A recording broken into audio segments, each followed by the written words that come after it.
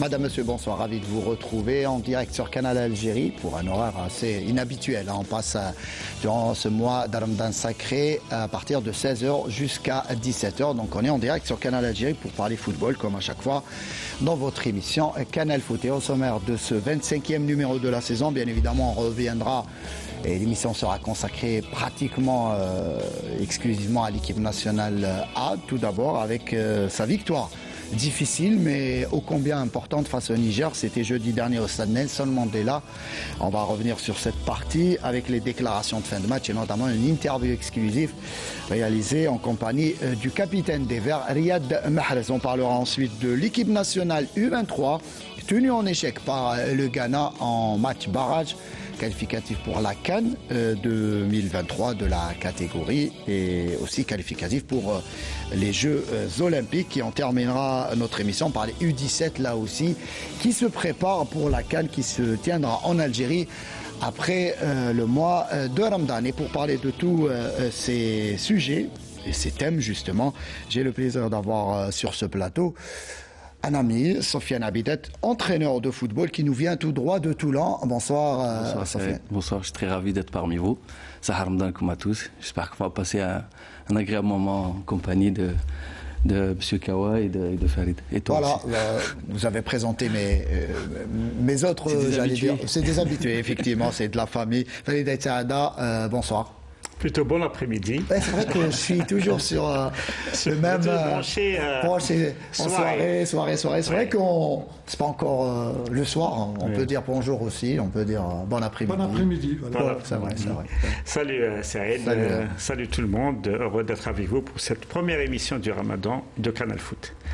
Bon après-midi, Abdelnour. Bon après-midi, mon cher ami. Et bon après-midi également à nos amis. Pas très. Ça va, tu tiens le coup. Ouais, ça va, quoi que c'est l'heure de la sieste, hein, mais enfin, c'est pas grave.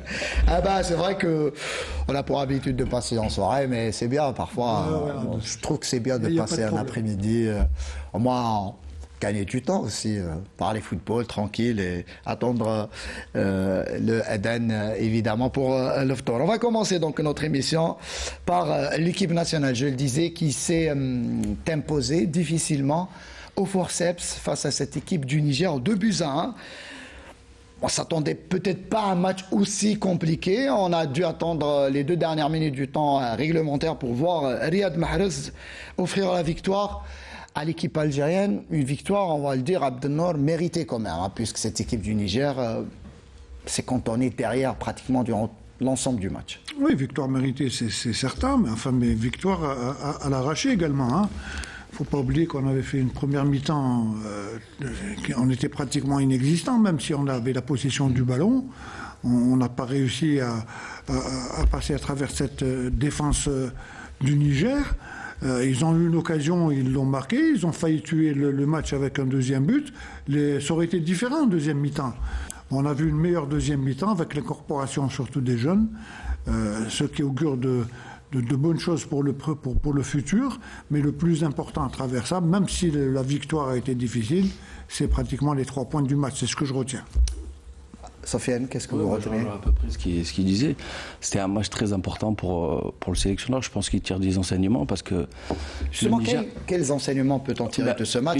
Sachant qu'on a eu en face, c'est vrai qu'une équipe du Niger assez costaud sur le plan défensif. Mais au final, on retient quoi du match ? Ce qu'on retient, c'est qu'on a eu quand même du mal à déverrouiller un peu ce bloc, cette équipe ultra défensive, avec un dispositif de 5-4-1. Et surtout, Cavalli aussi, il connaît très bien la valeur des joueurs et de la sélection. Il a été sélectionneur de l'équipe nationale, donc il connaît intrinsèquement tous les... Moi, qu'est-ce qu'on peut le reprocher ? Pas grand-chose, parce qu'on savait de toute façon. On n'est pas là pour reprocher quelque chose aux joueurs, ce que je veux dire, beaucoup plus le rendement aussi. Par rapport à ça, c'est que le Niger, il le sait. Même lui, il l'a dit par rapport à la défaite, je crois 6-0, je ne sais pas, précédemment contre l'Algérie. Donc il est venu pour ne pas perdre. Et pourquoi pas jouer un coup ? Ça a failli fonctionner, comme il a dit, par rapport au deuxième but, la deuxième action. Il aurait pu la mettre au fond, et là c'est plus la même histoire. Donc ils ont marqué un but, et donc voilà, ils ont eu confiance, ils ont soumis le doute à notre équipe nationale, et c'était difficile de revenir. Mais après, comme il a dit, deuxième mi-temps complètement différente.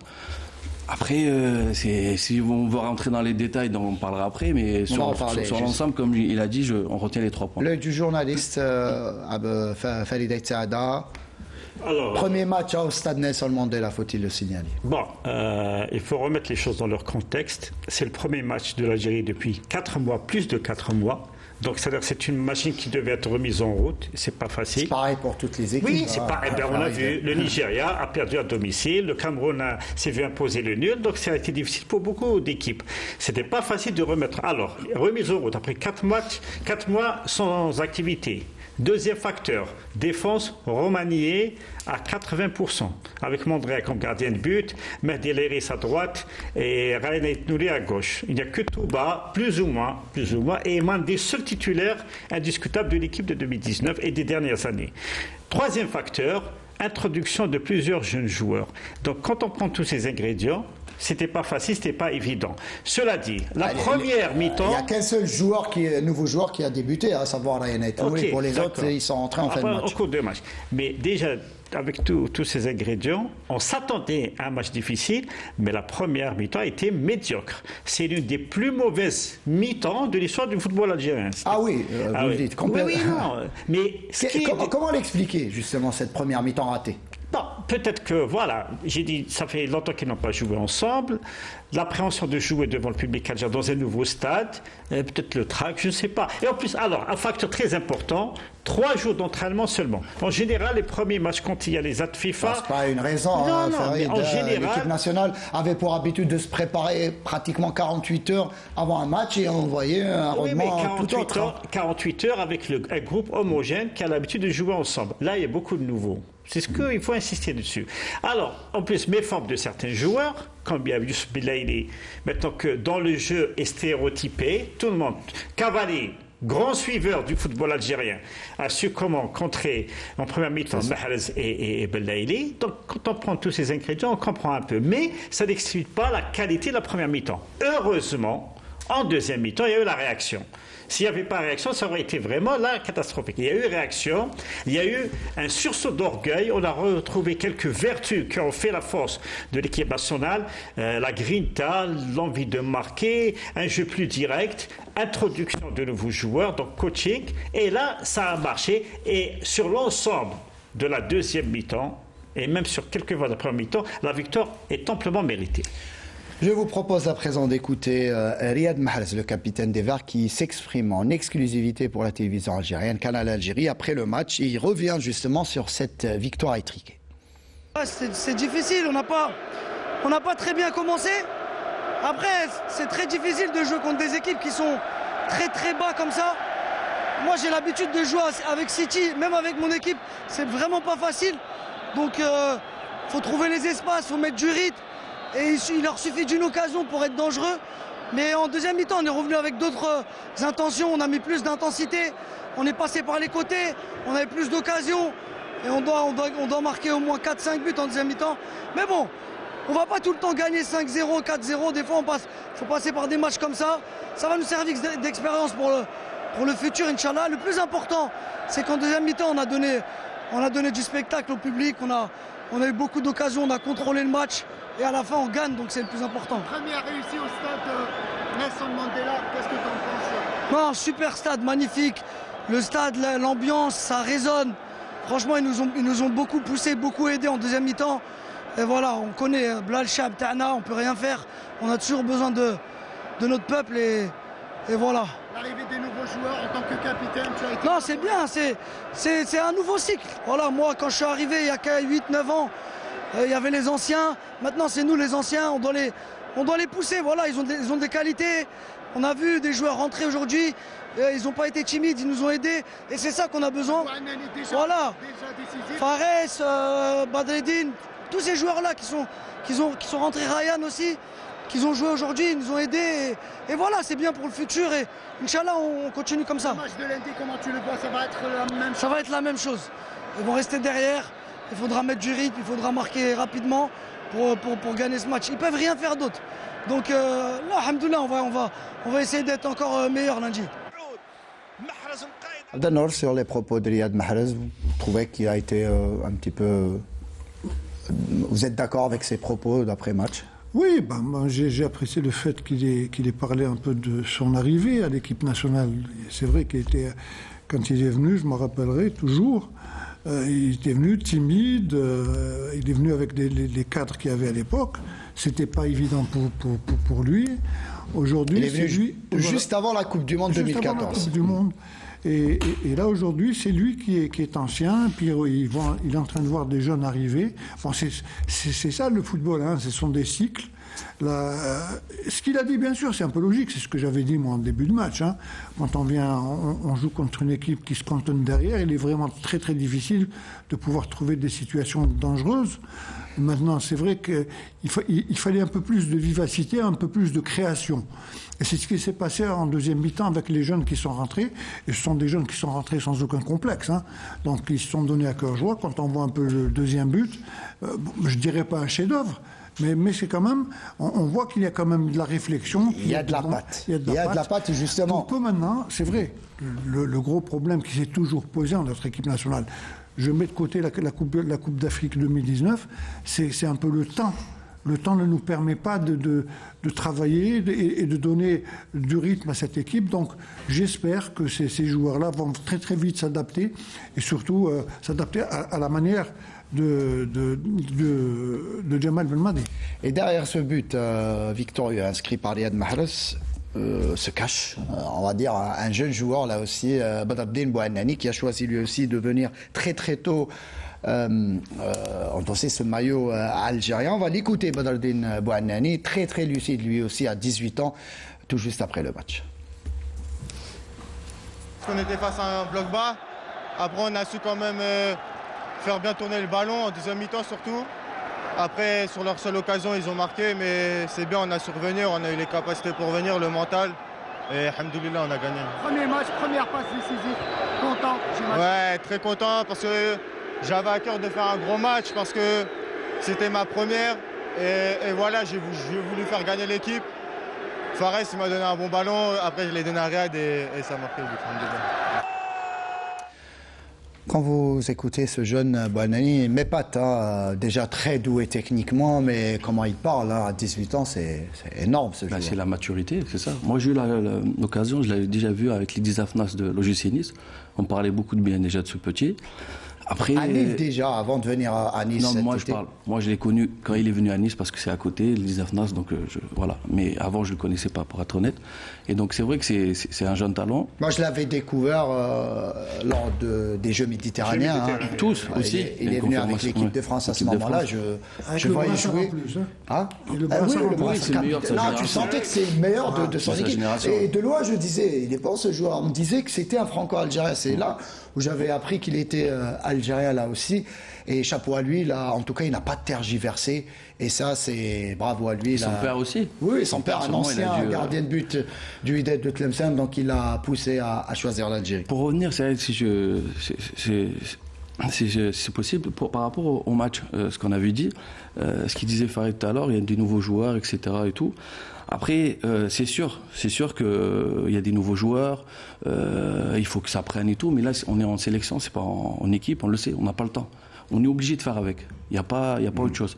Et on est obligé. On va rester sur Bouannani, sur sa qualité technique. Il rentre à 18 ans. Déjà, il devient le plus jeune joueur algérien à endosser, donc à porter ce maillot algérien en match officiel. Et d'emblée, il donne cette passe. Il y a eu avant. Justement, il y a eu Hakim Ben, 17 ans d'équipe.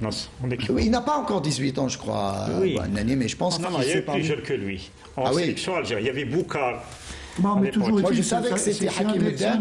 En tout cas, l'un des plus jeunes. Voilà. En tout cas, être notamment décisif avec cette passe, on va dire, pleine à la Vinicius. C'est une passe D. Ça compte, c'est une passe D parce qu'à la suite, il y a eu un but. De la fin, à 18 ans.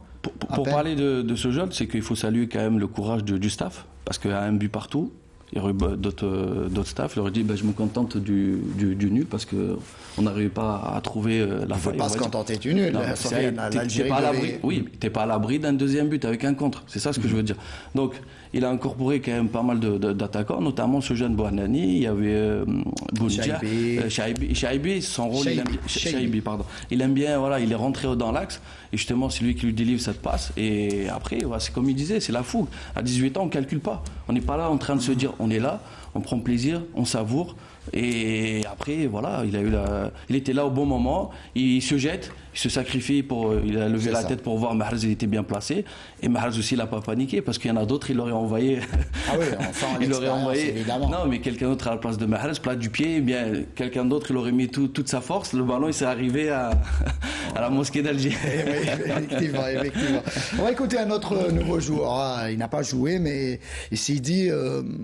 il était bluffé en tout cas par l'ambiance qui régnait au stade Nelson Mandela. On va l'écouter. Jawan Hadjam, le sociétaire du FC Nantes.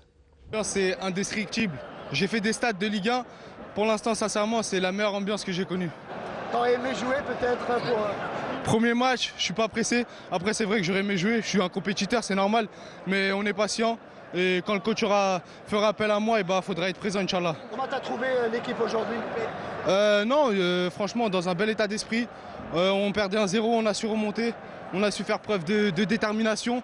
On a été patient, on n'a rien lâché et ça a fait la différence. Falité de Saada, donc Jawan Hadjam n'a pas joué, mais le coach national Jamal Belmadi, lors de la conférence de presse d'après-match, a confirmé que ce joueur allait être aligné face à cette équipe du Niger ce lundi, donc demain pour le match pour la 4e journée. On a vu Ryan Aït-Nouri, auteur d'un bon match là aussi. Qu'est-ce que peut apporter ces jeunes joueurs à la sélection? Bon, déjà, ça se bouscule comme latéral gauche. Il y avait Rami Besseberini qui, vraisemblablement, comme pressenti depuis 2 mois, va être reconverti comme milieu central. Le poste qu'il occupe actuellement au Borussia Mönchengladbach. Donc il y a déjà Aït-Nouri, il y a Hadjam. Pas tout le temps, hein. Il est souvent latéral gauche. Souvent il joue en 3-4-3. Il a été formé en tant que défenseur central. Je me rappelle en 2015, après l'avoir interviewé quand il commençait, il me disait que moi, je me sentais plus à l'aise en tant qu'axial. Voilà. Après, par la force des choses, il a... Même quand il a débuté au Belgique, il jouait comme axial. Effectivement. Par la force des choses, il n'y avait pas d'arrière gauche, donc il a été mis sur la gauche par Jamal Belmadi. Même à Montpellier, à Rennes, ça a été le même... Oui, donc maintenant, il y a Hadjam, il y a Aït-Nouri, voilà, donc... et c'est des jeunes en plus. Il y a encore un jeune qui est avec les U23 qui arrive. Donc voilà, comme on dit le proverbe, trop de bien ne saurait nuire. Donc il y aura là, c'est le genre de casse-tête qu'affectionne Belmadi, plutôt que de l'avoir personne à un poste donné. Et demain, ce sera une occasion de le voir jouer. Ce sera aussi une occasion de voir comment il va un peu déjouer le plan de jeu du Niger. Les Nigérians, Cavalli, le sélectionneur, a préparé un plan de jeu pour contrer les éléments clés de la sélection algérienne, mais Aït-Nouri ne le connaissait pas, donc Aït-Nouri il est plus porté vers l'offensif. Hein. Voilà. C'est un piston du côté de Wolverhampton, il joue en tant que piston gauche. Alors que Hadjam est plus défensif. C'est toute proportion gardée. C'est le genre de jeu de Robertson ou bien Alexandre Arnold, les 2 latéraux de Liverpool. C'est-à-dire, ils sont bons défensivement, mais Alexandre Arnold n'est pas bon défensivement, oui. Voilà. Mais quand ils attaquent, c'est des ailiers. Donc voilà, c'est une belle découverte. J'espère que Jawan Hadjam va justifier tout le bien qu'on pense de lui, surtout que, paradoxe, pour cette fenêtre FIFA, il a été convoqué en même temps par l'équipe de France U23 et par la sélection algérienne. Si tu me permets juste par rapport à ces jeunes, c'est un bon signal. On va parler de ces jeunes. C'est un très bon signal à envoyer aussi aux autres jeunes qui vont prendre leurs décisions, de voir que Bouhanani à 18 ans, on le fait appel, il joue. Donc ça donne un bon signal pour les restes pour se décider. On va en parler, Sofiane, puisqu'on a là aussi une déclaration du président de la Fédération algérienne de football, Djahid Zvisev, qui nous parle justement de l'arrivée de ces jeunes. Il a su les convaincre de venir et justement de choisir rapidement la sélection nationale. On l'écoute. Alhamdoulilah, moi, au début de mon mandat, j'ai toujours dit que mon projet avec celui du coach, c'est des projets complémentaires. Donc on a fait un bon travail et ça s'est très bien passé. Comment ça s'est fait? Est-ce qu'on peut avoir quelques détails? Ça s'est très bien passé et voilà. Évidemment, il y a le cas de Gouiri, d'autres joueurs. Est-ce que ça avance là aussi? Moi, je ne parle jamais des cas qui ne sont pas concrétisés. Donc il y a une stratégie, il y a eu une feuille de route. On a pratiquement réussi à capter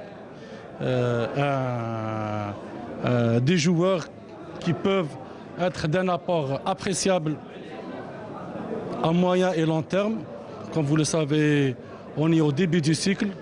C'est un cycle qui comprend 2 phases éliminatoires des Coupes d'Afrique 2023-2025 et une Coupe du Monde 2026. Donc c'est le moment d'intégrer des jeunes talents pour espérer des objectifs escomptés à l'horizon 2026, Inch'Allah. Voilà que le président de la Fédération algérienne de football, Jaid Zvizev, qui parle justement d'une possible arrivée prochaine de pas mal de nouveaux joueurs binationaux. Vous en parliez. C'est vrai qu'on on a tendance à parler de Gouiri, Cherki et d'autres joueurs. C'est vrai que là, l'arrivée de des 5 binationaux qui ont choisi l'Algérie, on ne va pas oublier aussi Houssem Aouar qui a fait volte-face en choisissant l'Algérie au final. Ça va pousser d'autres éléments, comme vous le disiez tout à l'heure, à opter pour l'Algérie. Oui, non, mais c'est ça, c'est exactement ça. C'est que là, le message qui a été envoyé, c'est clair. C'est que si vous décidez de venir nous rejoindre, ben voilà. Les exemples, ils sont là, notamment le jeune Bouanani, Chaibi, il est rentré et tout. Donc déjà, c'est une très bonne chose. C'est vrai qu'on n'avait pas pour habitude de voir de jeunes joueurs débarquer très tôt en sélection. Ils attendaient plutôt temporiser quelqu'un. Pour Bouanani, Hadjam, Chaibi, là aussi, le choix a été vite fait. Après, il y a eu des cas. Il y a eu cas Benzema en France. Il y a eu des cas avec des gens et tout. Et donc après, on réfléchit. Nasri, Ben Arfa, et bon, la liste est longue. Donc après, ils savent qu'avec ce qui se passe ces derniers temps en Europe, et notamment en France, avec le racisme, voilà, et c'est des choses qui existent. Je veux dire, il faut pas nier. En France, non, mais c'est des choses qui existent malheureusement. Et du coup, voilà, les jeunes, ils se disent, je préfère aller en Algérie, rejoindre le pays d'origine, où je sais que je serai considéré autant que tel. Si je mérite ma place, je viendrai et je vais jouer. Et si je mérite pas, je suis à la maison. Donc voilà. Très bien. On va écouter à présent l'entraîneur des gardiens de but de cette équipe du Niger, un certain Christophe Lolichon. Pour ceux qui suivent le football européen, Christophe Lolichon était pendant 15 ans du côté de Chelsea en Angleterre, entraîneur des gardiens et ensuite formateur des gardiens de but. Christophe Lolichon nous parle justement de ce match qui s'est disputé jeudi dernier et revient sur la défaite des siens. La frustration intervient toujours dès lors qu'on perd à 2 minutes de la fin du temps final. Ceci dit, on a été dominé, on a été bon défensivement, les gars se sont battus, on a perdu un joueur assez rapidement avec un problème à l'épaule, mais l'équipe a démontré qu'elle avait des qualités et ça a été difficile pour l'Algérie ce soir, mais l'effectif algérien est de qualité aussi. On a lutté, il a manqué 2 minutes et n'oublions pas le but.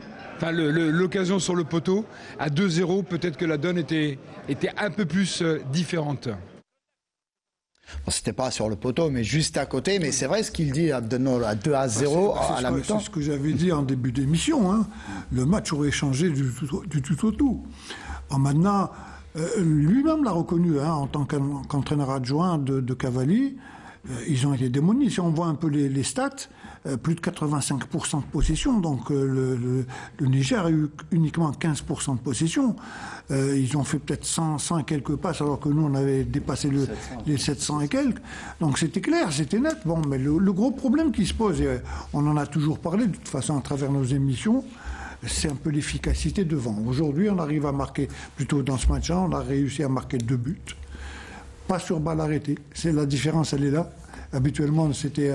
d'ailleurs, on l'a vu plusieurs fois, les balles arrêtées n'étaient... Justement, il y a une nouvelle manière de les faire en 2 temps. Absolument. Ça n'a pas donné... Mais maintenant, le match retour, c'est sûr que le Niger n'a plus rien à perdre. Ils ont perdu le match aller, ils vont essayer de nous Sachant poser... que la Tanzanie, de l'autre côté, la Tanzanie de Adel Amrouche, s'est imposée à l'extérieur en Ouganda. Donc là aussi, il faudra, pour le Niger, sortir le grand jeu pour espérer se qualifier. Bon, mais là, on a soit définitivement notre première place. Il y aura le match de demain, on va en parler dans quelques instants. Abdenor va écouter une nouvelle déclaration de Christophe Lolichon. Là, écoutez bien, ça sera une déclaration assez intéressante puisque nous avons profité de sa présence au Stade Barari pour parler avec lui du jeune Sami Tlemceni, donc ce jeune gardien de but qui évolue à Chelsea. Qui détient la triple nationalité, il est français, marocain, algérien, après avoir joué avec l'équipe... Anglais également, non ? Non. Pour l'instant, il n'est pas anglais. Donc après avoir été présélectionné avec les équipes de France de jeunes, il avait joué un match, plutôt il avait été convoqué avec l'équipe du Maroc, puis il a changé d'avis pour choisir l'équipe nationale U23 pour l'instant. Et Sami Tlemceni donc connaît très très bien Christophe Lolichon puisque c'est lui qui l'a ramené du côté de Chelsea. Il nous parle de ce gardien. Sami, je connais très très bien parce que je l'avais remarqué à Paris quand il jouait en région parisienne. Il a un potentiel très très important. Mais Sami va devoir comprendre ce qu'il est nécessaire de faire pour aller au plus haut niveau. Et là, je parle des attitudes, de l'aspect mental. Aujourd'hui, je n'ai pas d'autre réponse à vous donner. Le potentiel technique, il l'a, tactique aussi, mais il faut bien qu'il comprenne ce qu'il est nécessaire de faire pour aller au très haut niveau. Vous pensez que ça manque ça lui manque un petit peu? Si je me pose la question, c'est que j'ai des raisons. Parce que je l'ai accompagné lorsqu'il est arrivé à Chelsea. J'ai presque envie de vous dire, j'étais un petit peu déçu du comportement. J'espère qu'il va apprendre, parce qu'il est dans un club de très très haut niveau. Il est bien encadré. J'espère qu'il va apprendre pour aller là où son potentiel doit l'amener. Mais aujourd'hui, j'ai pas de certitude. Sur le potentiel, vous pensez qu'il a le niveau... Il a le potentiel, mais vous savez, j'ai connu un autre gardien en Angleterre qui est certainement le meilleur gardien anglais, qui s'appelle Jamal Blackman. Malheureusement, il ne jouera jamais en Première Ligue. C'était le plus fort potentiel. Il lui manquait justement cette force mentale qui est nécessaire pour aller au plus haut niveau. Donc je me méfie maintenant. Vous, l'ancien gardien de but, quand vous écoutez, j'aime bien ce genre de discours direct, clair, net et précis. Non, mais là, c'est sûr, c'est clair. Les qualités, on n'a toujours pas, même pas pour spécialement un gardien de but. On dit souvent que les gardiens sont un peu foufou. Oui, mais ça, c'est autre chose. Pas Abdenor. Non, je suis une exception. Apparemment, c'est plus que foufou, là. Ce qu'il dit, c'est autre chose. Non, mais c'est très important ce qu'il a dit. Il n'y a pas que les qualités techniques, tactiques et physiques qui sont importantes, c'est le mental. Bon, quand on a affaire, là c'est clair ce qu'il est en train de dire au sujet de Tlemceni, c'est qu'il doit avoir un comportement qui ne lui permet pas d'être au plus haut niveau. Donc, et malheureusement, c'est ce qu'on rencontre souvent chez certains de nos gardiens de but ici en Algérie. Donc, la première des choses, c'est un peu toute l'éducation qu'on peut avoir dans un centre de formation qui nous permet de pouvoir nous développer mentalement et d'être au plus haut niveau. Farid, sur ce jeune... On peut pas vivre juste sur son talent.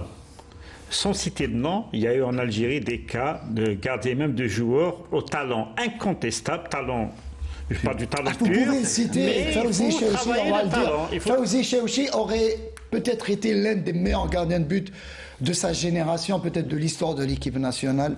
Mais là aussi, vous l'avez connu, il a son tempérament, Fawzi, c'est pour ça peut-être qu'on l'aime aussi. Non, c'est pas son tempérament. Chilavert avait son tempérament, mais c'était un bon gardien. Higuit avait son tempérament, il était foufou, mais il était un bon gardien. Là, on parle de gardiens qui ont un potentiel, mais qui ne travaillent pas assez. C'est ça le plan mental. Il a dit l'attitude. C'est-à-dire qu'il vit sur son talent, il vit sur les acquis. Peut-être qu'il pense développer ce potentiel. À Chelsea, donc pour lui, c'est qu'il est arrivé, voilà. Donc, oui, mais être à Chelsea, c'est pas une fin en soi. C'est vrai que pour ne pas jouer au final, si c'est pour ne pas jouer avec l'équipe réserve, c'est pour ne pas jouer, ça valait pas le coup. Maintenant, il a insisté sur le fait que ce gardien de but a les capacités techniques, physiques et tactiques Donc le plus important, si on n'a pas le mental, on ne peut pas réussir, ça c'est clair. Parlons d'exemple de gardien à Chelsea. Le Sénégalais Edouard Mendy a poussé vers là. Voilà, il est venu de France et tout, mais sa place n'était pas acquise. Il a redoublé d'efforts, il a travaillé pour gagner sa place de titulaire. Il est devenu titulaire. Il a été champion d'Europe avec Chelsea. Donc voilà, il ne suffit pas d'être dans un club, c'est pas une fin en soi. Et là, on c'est le là qu'il faut commencer à travailler. On le pousse dehors à présent, puisqu'il n'est pas très. Non, ça aide avec l'évolution du football.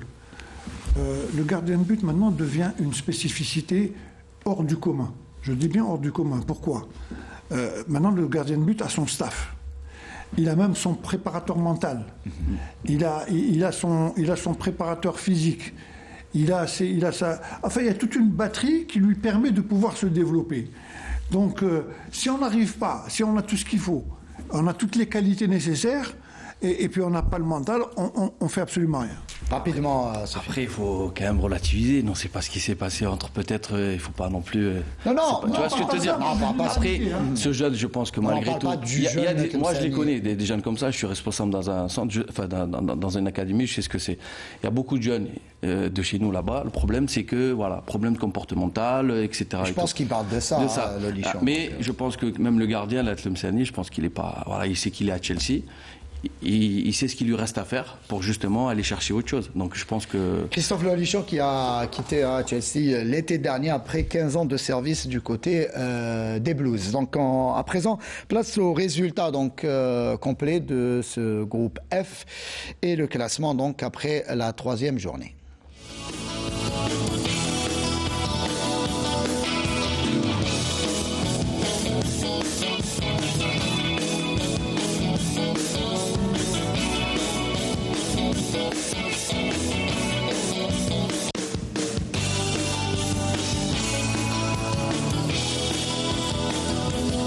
Évidemment, en cas de victoire demain après-midi, pas de l'équipe nationale, et la qualification sera garantie et en prime pratiquement la première place. Un mot sur l'équipe de la Tanzanie, je le disais tout à l'heure, entraînée par des Algériens, à savoir Adel Amrouche et Fouad Bouali, Reda Azimi et Lakhdar Adjali. Donc un staff algérien à 100% qui s'impose en Ouganda, Farid. Oui, c'était pas évident. Bon, mais à clin d'œil, on est là pour les féliciter aussi. Oui. Bon, Adel Amrouche a une expérience en Afrique. Il a été sélectionneur du Kenya, du Botswana, du Soudan, donc de plusieurs sélections et aussi de quelques clubs. Donc il connaît l'Afrique. Bon, il a eu cette année, pour cette fois-ci, la fédération tanzanienne l'a autorisé à ramener son propre staff. Donc il a pris des Algériens. Alors qu'en général, dans les fédérations africaines, ils ramènent des étrangers, mais ils imposent au moins un adjoint local. Là, le staff est intégralement algérien.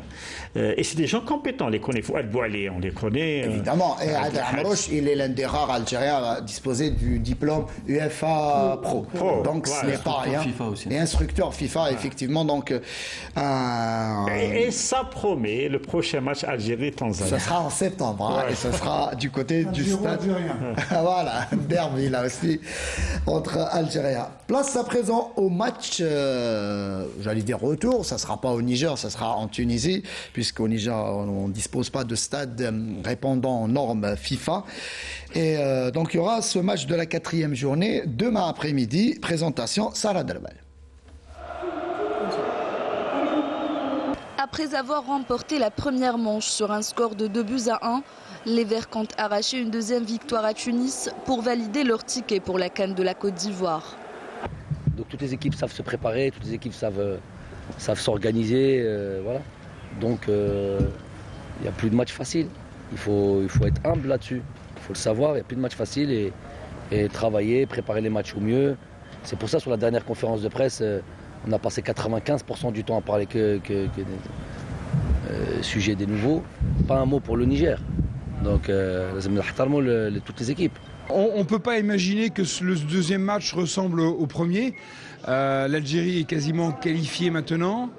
Ils vont aborder le match comme des gens qui veulent performer, bien évidemment. Nous, on va surtout penser à bien récupérer. On va se servir en tout cas de ce match pour mieux aborder le deuxième. Parce que là, les deux matchs sont tellement proches qu'on va tirer des leçons. Conscients de la tâche qui les attend, les coéquipiers de Aïssa Mandi comptent corriger les erreurs du match aller et surtout réaliser l'essentiel. Leader de leur groupe, les Verts pourront compter sur le soutien des Algériens qui seront sans doute au rendez-vous ce lundi à partir de 17h au stade de Radès. Voilà, donc ce match retour, on va dire, c'est pas un match retour, je disais, donc match pour la 4e journée, victoire serait synonyme d'une qualification. Effectivement, maintenant, reste à voir le dispositif du Nigeria. Est-ce qu'ils vont Niger, pardon. Est-ce qu'ils vont rester comme ici, à Alger, un bloc ultra bas et essayer avec des brèches, en sachant qu'ils vont jouer le matin aussi, c'est pas, le soir ou ils jouent l'après-midi 17h, donc 17h. Avec CM et tout, donc comment ça va se passer aussi. Donc on verra. Et est-ce que Belmadi aussi va mettre d'autres joueurs, il va changer aussi l'effectif, donc on verra. Moi, j'ai pas des éléments, peut-être tu peux nous éclairer. C'est vous les techniciens. Non, mais après, c'est pas question de technicien ou quoi. Pour ce qui est du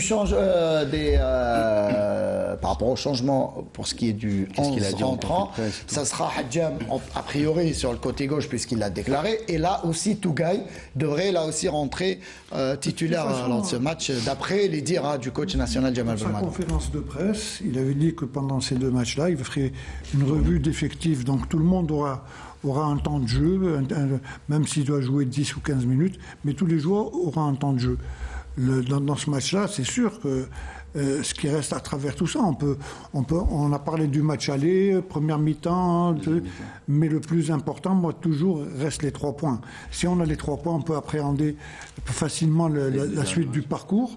Et pour les prochains stages, essayer de trouver les solutions qui doivent nous arranger pour progresser. C'est ça le gros souci de l'équipe nationale. Et l'équipe nationale se trouve donc en Tunisie, à Tunis, puisque l'avion a atterri à les coups de 14h du côté de Tunis. On va voir l'arrivée de l'équipe nationale à Tunis dans quelques instants. Voilà, donc on voit Jamel Belmadi et CKP débarquer à l'aéroport international de Tunis. Farid, ce match, on va le dire, est-ce que vous pensez que ce sera un match plus facile, j'ai envie de dire, pour l'équipe nationale, même si Jamal Belmadi va sans doute vouloir d'utiliser ce terme facile, puisqu'il n'a pas apprécié qu'on parle de cette équipe tunisienne comme un match facile. Mais je fais la comparaison avec le match disputé à Nelson Mandela. Là, l'équipe du Niger sera, on va dire, obligée, devra sortir un petit peu de sa zone de confort pour espérer au moins décrocher un bon résultat, sachant que la Tanzanie dispose 4 points et semble bien partie pour assurer sa qualification. Dire que les Nigériens rêvent d'une victoire, bon, ce serait un peu utopique. Peut-être au fond d'eux-mêmes, oui, ils voudront ça, mais eux, ils signeraient pour un match nul. Pour un match nul. Donc là, pour moi, bon, comme c'est le Ramadan, donc il y a les effets du jeûne, il y a 2 scénarios possibles. Ou bien les Algériens vont jouer un peu, c'est-à-dire un rythme lent, et après tout donner à la fin, ou bien démarrer en trempe, essayer de marquer le but ou les buts qui leur permettront de gagner le match, après gérer. Mais je pense que pour éviter le piège, ils vont tout donner dans le premier quart d'heure, casser le cadenas de la défense nigérienne, après gérer le score. Le Maghreb, c'est du côté de Tunis, je pense 6h, 18h et quelques. Hein, donc, c'est à la fin du match. Non, c'est même pas deuxième mi-temps, début de deuxième mi-temps, puisque le match commence à 17h, donc à début de deuxième mi-temps, 18h et quelques, les joueurs pourront prendre un peu de date. C'est des horaires bizarres, parce que le stade de Radès est un stade qui a un éclairage tout à fait normal. C'est un stade. Ça, on ne sait pas. C'est le choix du Niger. C'est à la guerre comme à la guerre. Le Niger est un pays musulman. Oui, bon, mais eux, ils ont décidé. Ils se sont dit qu'ils auraient peut-être plus de chances de faire un bon résultat. Ils auraient dû alors programmer le match à 14h. Bien sûr. Là, ça aurait été encore plus difficile. C'est la sélection qui reçoit, qui choisit l'horaire. On va écouter le Wali de Tunis qui nous parle justement de l'organisation autour de ce match. الأوامر أتت من أعلى هرم السلطة. فخامة رئيس الجمهورية أسدى تعليماته يعني بأن تحضر الجماهير الجزائرية بالأعداد التي تطلبها هي، فهمتي، ونفتح لهم كل أبواب الملعب. يعني كما تعرفوا الطرف الثاني في المباراة هو المنتخب النيجيري، يعني المنتخب النيجيري أراد أن يكون يعني عدد محدد من الجماهير، يعني يضبط هو تكون في حدود 70 متفرج من المنتخب النيجيري و70 متفرج من الجزائر، لأنه نحن هذا الشرط كي يشرطوا المنتخب النيجيري يكون في ملعب في الملعب نتاعو، يعني على الأراضي النيجيرية وليس على الأراضي التونسية، لأن الأراضي التونسية هي الأراضي الجزائرية والشعب التونسي هو الشعب الجزائري. إذن فالقرار اللي اتخذه معنا فخامة رئيس الجمهورية هو تمكين كل الجماهير الجزائرية التي تريد مشاهدة المباراة من أجل دخول الملعب، يعني نوفر لهم كل سبل معنا الراحة من أجل تأدية المباراة. حاجة أخرى زاد المباراة باش تكون في الساعة 5، يعني يتخلل معنا فترة نهاية المباراة يعني رفع صلاة المغرب وهو موعد الإفطار. فهنيئا للشعب الجزائري والشعب التونسي أنهم باش تكون مائدة الإفطار يعني في ملعب رادس مع بعضنا. Voilà, le Wali de Tunis qui nous parle justement de... Là aussi, il dit qu'au départ, du côté du Niger, on aurait voulu que ce match se tienne pratiquement à huis clos. Et il dit que sur instruction du président de la République tunisienne, donc, il a été décidé de permettre aux supporters algériens d'assister au match et de pouvoir suivre cette partie. On va écouter à présent, là aussi, le coach national, Djemal Belmadi, et le président de la Fédération algérienne de football, Zvizef, à leur arrivée à Tunis. Ils parlent là aussi des supporters algériens et de l'organisation autour de cette partie. البارح كنت مع كل اليوم توت لا جورني مع سفير الجزائر هنا في تونس وحثيته على هذا الامر، وفي الليل كلمني وبعث لي رساله رسميه انه والي اللي تابع عليه ملعب رادس راهو اقر يعني اوفيسيالمون باللي المباراه تكون للجماهير sur présentation du passeport. Très bonne chose. J'ai entendu ça aussi moi en début de journée. J'avais vu ça j'ai vu ça avec le président de Fédé. Ça aurait été franchement quelque chose de surprenant qu'on puisse jouer un match comme ça sans public. Alhamdoulilah, si en plus de ça c'est gratuit, c'est parfait. Et voilà, donc l'entrée sera gratuite pour les supporters algériens pour ce match. Donc les autorités tunisiennes ont décidé de permettre un plus grand nombre de fans, notamment les Algériens. On sait que du côté de l'est du pays, même si on est en mois de Ramadan, ils vont se déplacer. Et les résidents, effectivement. Donc on aura quand même beaucoup de monde rapidement sur ce match retour, ce match plutôt face au Niger. Il va y avoir deux possibilités. Des supporters. Par rapport, c'est une bonne chose, c'est une très bonne chose déjà en tant que joueur de jouer devant un gradin vide et de jouer devant des supporters. En plus en Tunisie, comme il a dit, il y a beaucoup d'Algériens là-bas, même des Tunisiens qui vont venir, ils vont beaucoup plus supporter, on va dire, l'Algérie que le Niger. En tout cas, ce que je souhaite. Donc ça va être une bonne ambiance. Plus ils ont tout ce qu'il faut pour manger sur place et tout. Je pense que c'est une excellente chose pour les supporters, pour ceux qui veulent aller assister à ce match. On passe à présent à l'autre équipe nationale, celle des U23, donc des moins de 23 ans qui, on le disait, repêchés après la disqualification du RDC Congo. Les Algériens devaient affronter l'Éthiopie. L'Éthiopie s'est désistée au dernier moment, donc n'a pas voulu participer. Qualifié d'office donc pour affronter cette équipe du Ghana. Et ça a été compliqué, même si la prestation n'a pas été si mauvaise que cela face à cette équipe ghanéenne. Mais les Verts se contentent d'un match nul, un but partout. Tout cela résumé par Smaïl Ben Qaidia. Les Ghanéens avec Abdel Fattah qui tente la ligne de but et le tir qui réussit à lober alors que il s'est fait surprendre le gardien. Et là, c'est un but pratiquement assassin. Allez, tout à l'heure, c'était du pied droit. Maintenant, on change avec un gaucher. Allez, Beko. J'ai le but. Il a choisi le même côté que tout à l'heure, mais cette fois-ci en force. Et ça fait un but partout. Quelle fin de match avec ce penalty, cette fois-ci transformé. je pense que ce qui manquait en première mi-temps, c'est plus de l'audace d'aller de l'avant. Donc à un moment donné, en allant plus, vous allez dans les 20 ou les 30 derniers mètres, il faut accélérer le jeu. Donc ça, c'est moindre de touches. Donc le tempo, la physionomie du match a fait que Boualia et Aït El Hadj, ils ont donné ce plus-là en deuxième mi-temps. C'est un tout. Je ne juge pas les joueurs qui les déchalent en première mi-temps. C'était un fait. Et à deuxième mi-temps, c'est une autre histoire. Donc le football, il est ainsi fait. Donc on ne peut pas dire علاش هذا لو كان كانوا زوج au début, peut-être il y aurait la même physionomie. Donc voilà, c'est ça le football. On peut pas. Mais ce qui est sûr, c'est qu'ils étaient dans notre plan de changement. Voilà, match nul, un but partout là aussi. Compliqué pour les Verts. Il y aura le match retour à Koumassi, donc je pense mardi. Voilà. Oui, match nul, bien sûr que ça va être. Si c'est possible qu'il nous parle de ce but. Du jeune gardien. Je vais pas. Vous allez prendre ma place. J'en parlerai, c'est sûr.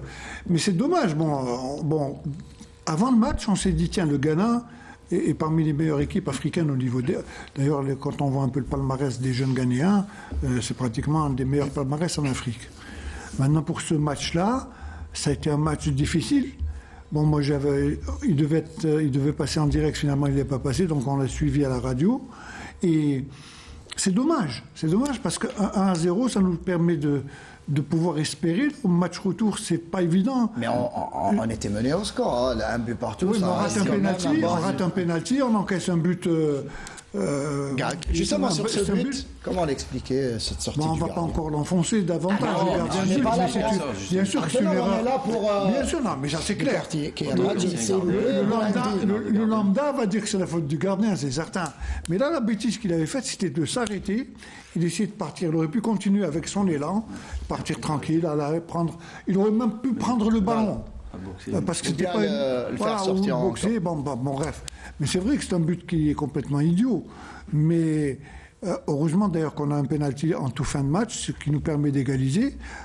Déjà 1-1, on peut se permettre, on se dit bon, si on arrive à faire un match. Il faudra marquer absolument au match retour. Et ça, c'est pas évident. Ça va être une mission très difficile. À l'extérieur compte double. C'est une mission très très difficile. Sur ce match, moi, j'ai pas la chance de jouer en Afrique, on va dire. Mais avec les entraîneurs ou même les joueurs, c'est très difficile les déplacements. Après, le Ghana, on connaît quand même, c'est un bon pays. Je veux dire, en jeune, ça travaille bien. Souvent, ils disputent des JO, des Coupes du Monde et tout.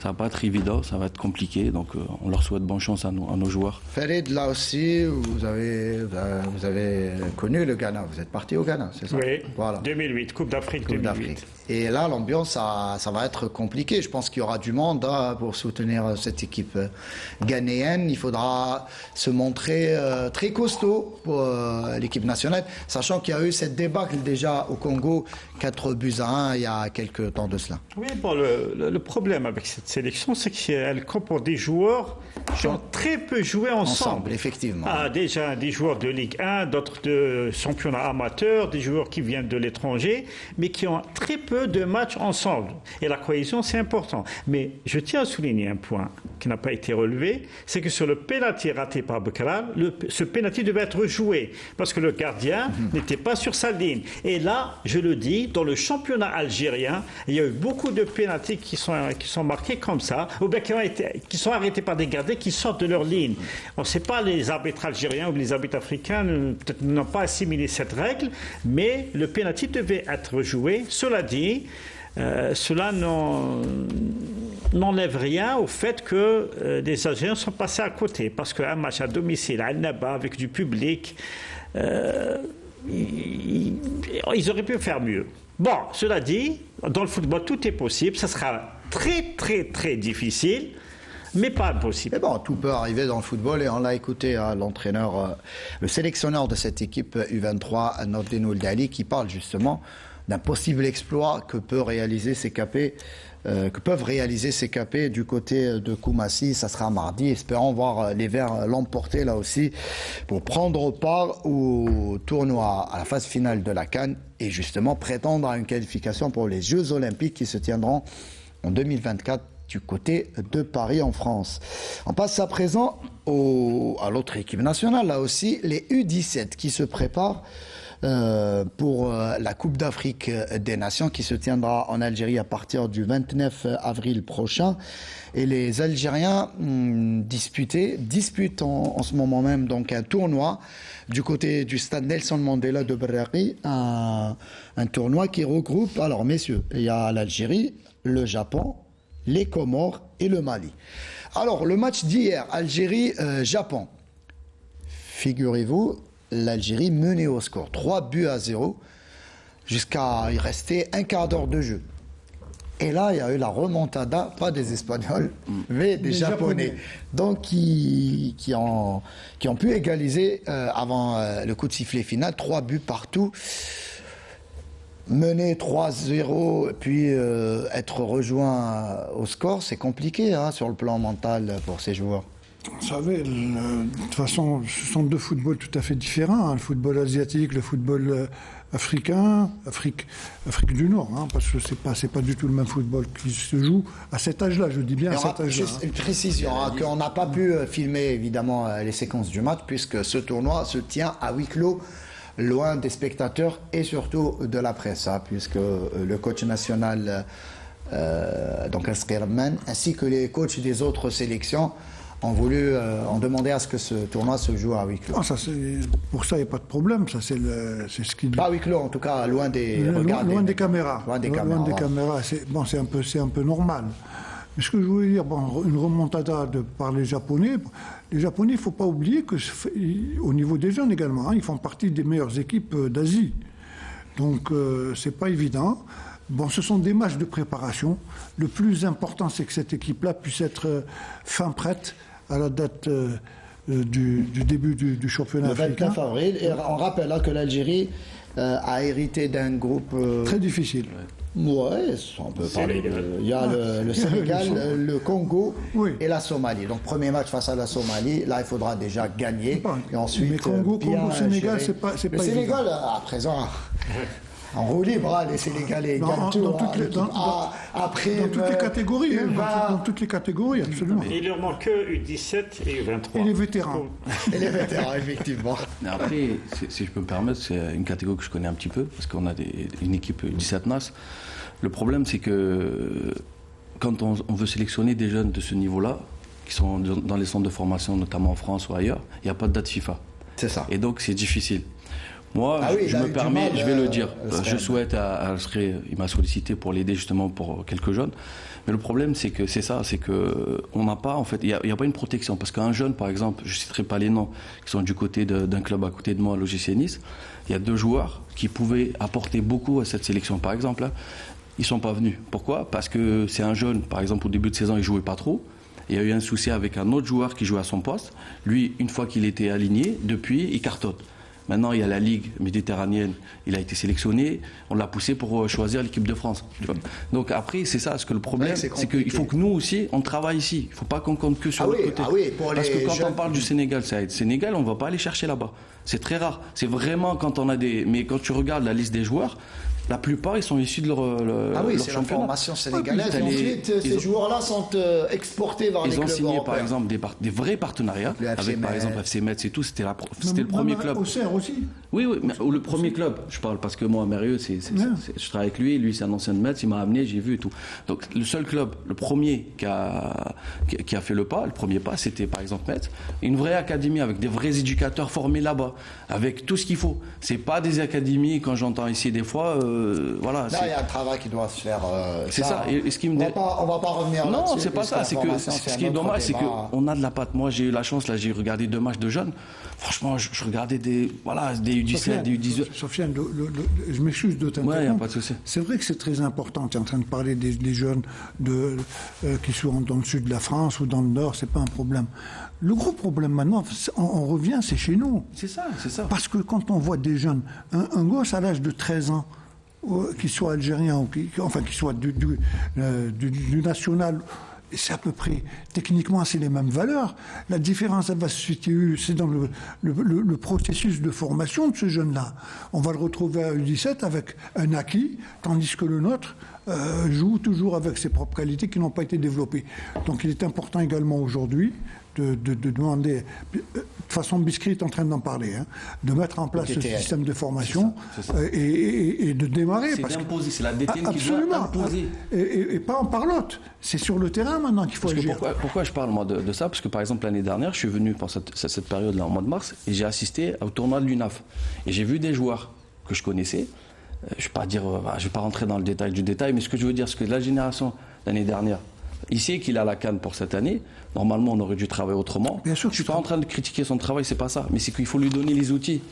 Il faut les aider parce que les sélectionneurs de jeunes, il faut les aider aussi. Il faut leur donner les outils. Il faut vraiment les épauler pour qu'ils puissent faire du travail. Parce que là, on rappelle juste que l'équipe nationale, donc s'est imposée, cette équipe nationale U17 s'est imposée lors du premier match de ce tournoi face aux Comores, 3-1. Il y a eu le match 3 buts partout hier face au Japon, et il y aura un dernier match face au Mali dans quelques jours. Un mot pour conclure. Oui, non, juste pour revenir sur le match du Japon. Il faut connaître le match s'est déroulé sans la présence des médias. Donc on ne peut pas savoir ce qui s'est passé. Peut-être qu'il a fait jouer les titulaires. Non, il y a eu un changement. Après, il y a eu des changements. Sauf qu'il y a les effets du ramadan.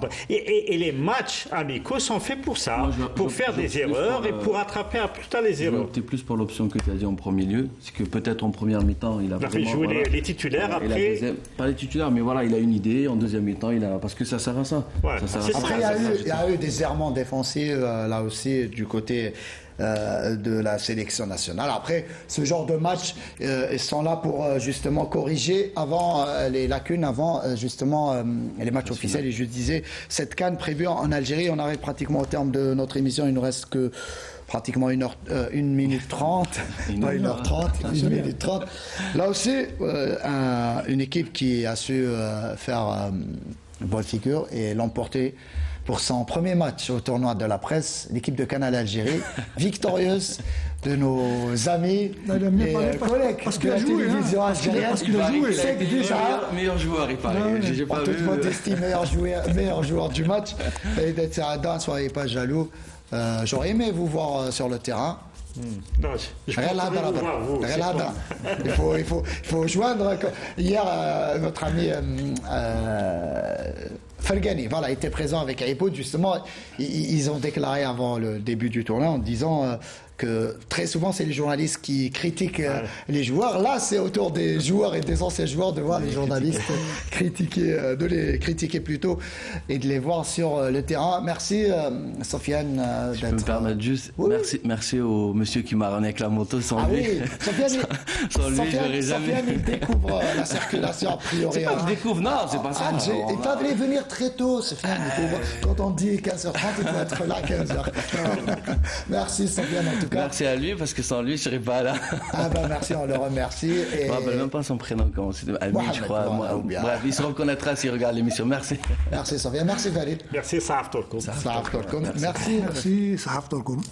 Merci, moi aussi je vous remercie. Je remercie toute l'équipe technique de l'RJ2 et toute l'équipe des journalistes, bien évidemment. On vous dit à dimanche prochain, même horaire à partir de 16h.